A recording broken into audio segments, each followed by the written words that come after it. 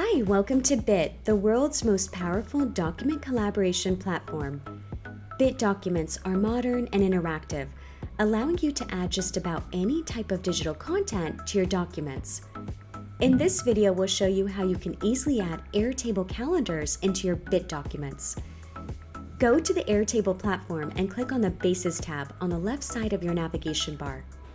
Locate and open up the calendar you want to embed.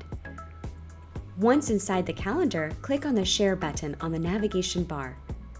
On the Share dropdown, copy the shareable link. Now head over to Bit.ai and open up a Bit document. Click on a blank line and paste the web link. You'll see that Bit automatically renders the Airtable calendar inside of your Bit document. Bit has rich embed integrations with over 100+ popular applications. To learn more about our other integrations, watch our other videos.